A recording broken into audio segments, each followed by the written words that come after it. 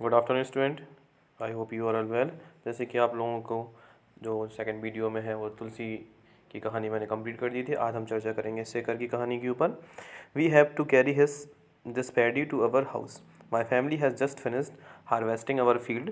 We do not own much land, only 2 acres. We manage to do all work on your own.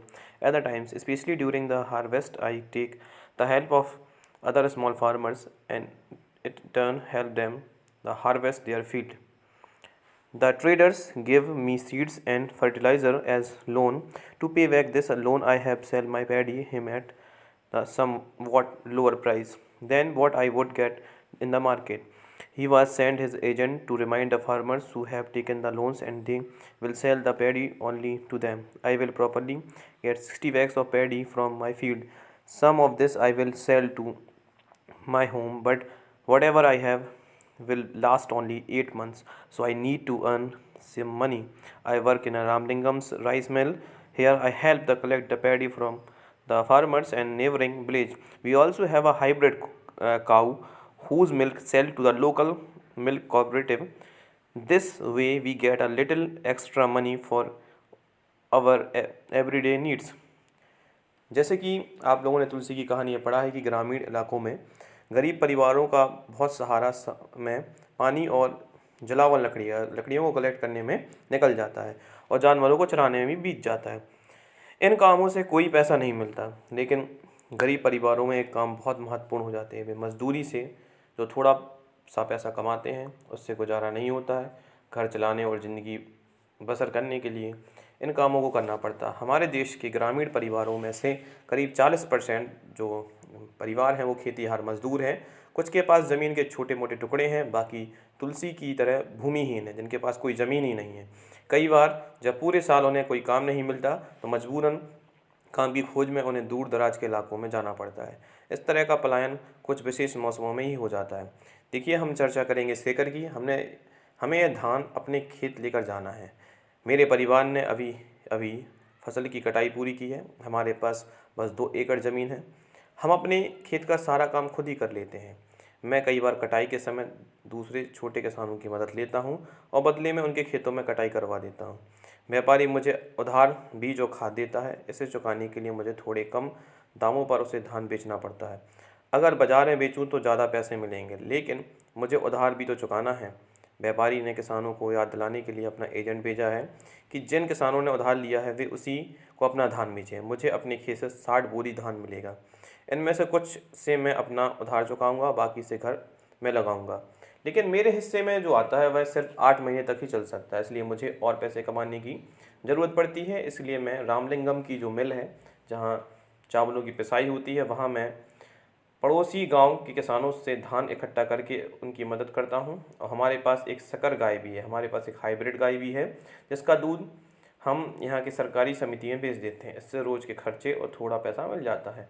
देखिए, अब हम चर्चा करेंगे कि गांव में कैसे लोन लिया जाता है। देखिए, जब हम शहरों में होते हैं तो बैंकों के द्वारा लोन दी जाती है, लेकिन सरकार ने किसानों के हित के लिए काफ़ी काम किए हैं, तो उनके लिए कई सारी योजनाएं चलाई हैं। वो अपने ज़मीन के लिए कई सारे लोन ले सकते हैं। सरकार ने प्रधानमंत्री के नाम से कई योजनाएं जारी हैं, है ना, जिनके माध्यम से किसान तरह तरह की लोन ले सकते हैं और साथ में अपने खेतों का बीमा भी करा सकते हैं। अगर किसी कारणवश उनकी फसल नष्ट होती है तो वो उस पूरे खेत की रिकवरी बीमा कंपनी दे होगी, बीमा कंपनी ही उसका पैसा चुकाएगी। ऐसी कई सारी सरकारी योजनाएं आती हैं, लेकिन प्रॉब्लम ये है कि जो किसान हैं वो ज़्यादा पढ़े लिखे नहीं हैं, ज़्यादातर इलिटरेट हैं, एजुकेशन से संबंधित उन्हें ज़्यादा चीज़ों का ज्ञान नहीं है, इसलिए वो इन सरकारी सुविधाओं का फ़ायदा भी अच्छे से नहीं उठा पाते हैं।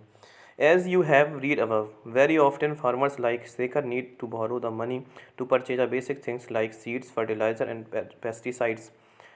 Often they borrow this money from the money lenders. If the seeds are not for good quality of pests attack their crops, and there can be major crop of failure. The crops can also rain in the monsoon does not bring enough rain.